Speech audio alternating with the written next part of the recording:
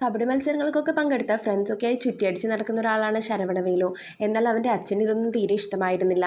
അവൻ്റെ അച്ഛനൊരു പോലീസ് ഉദ്യോഗസ്ഥനാണ്. അച്ഛനോട് കള്ളം പറഞ്ഞ് മധുരയിൽ നടക്കുന്ന ഒരു കബഡി മത്സരത്തിന് വേലു പോകുന്നുണ്ട്. അവിടെ വെച്ച് വളരെ യാദൃച്ഛികമായിട്ടാണ് ധനലക്ഷ്മി എന്ന പെൺകുട്ടിയെ വേലു കാണുന്നത്.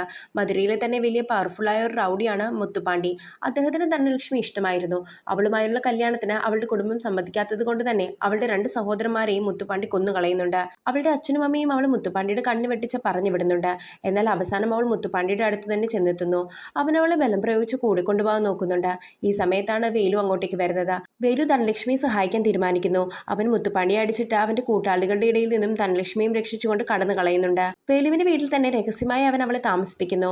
മുത്തുപാണ്ടി ആകട്ടെ ധനലക്ഷ്മിയും അവളെ രക്ഷിച്ചുകൊണ്ടുപോയ വേലുവിനെയും കണ്ടുപിടിക്കാൻ തീരുമാനിക്കുന്നു. വളരെ പവർഫുള്ളായ അവന് പൊളിറ്റിക്സിലും പോലീസിലും ഒക്കെ നല്ല പിടിപാടുണ്ട്. വേലുവിന്റെ അച്ഛനെ തന്നെയാണ് അവരെ കണ്ടുപിടിക്കാനായി അവൻ ഏൽപ്പിക്കുന്നത്. എന്നാൽ വേലു അവന്റെ അച്ഛന്റെ അടുത്ത് നിന്നും ധനലക്ഷ്മിയെ രക്ഷിക്കുന്നു. അവളെ എങ്ങനെയെങ്കിലും മുത്തുപാണ്ടിയുടെ കയ്യിൽ നിന്ന് രക്ഷിച്ച് അമേരിക്കയിലേക്ക് പറഞ്ഞു വിടണമെന്ന് വേലു കരുതുന്നുണ്ട്. അങ്ങനെ ധനലക്ഷ്മിക്ക് അമേരിക്കയിലേക്ക് പോകാൻ എല്ലാം ശരിയാവുന്നു. എന്നാൽ അവൾക്കിപ്പോൾ വേലുവിനോട് ചെറിയ ഇഷ്ടമൊക്കെ തോന്നുന്നുണ്ട്. അതുകൊണ്ട് തന്നെ അവൾക്ക് അമേരിക്കയിലേക്ക് പോകാൻ താല്പര്യമുണ്ടായിരുന്നില്ല. ആ ദിവസം തന്നെയാണ് വേലുവിന് കബഡി മാച്ച് ഉള്ളത്. അവൻ ധനലക്ഷ്മിയെ എയർപോർട്ടിലാക്കിയ ശേഷം മത്സരം നടക്കുന്ന സ്ഥലത്തേക്ക് വരുന്നുണ്ട്.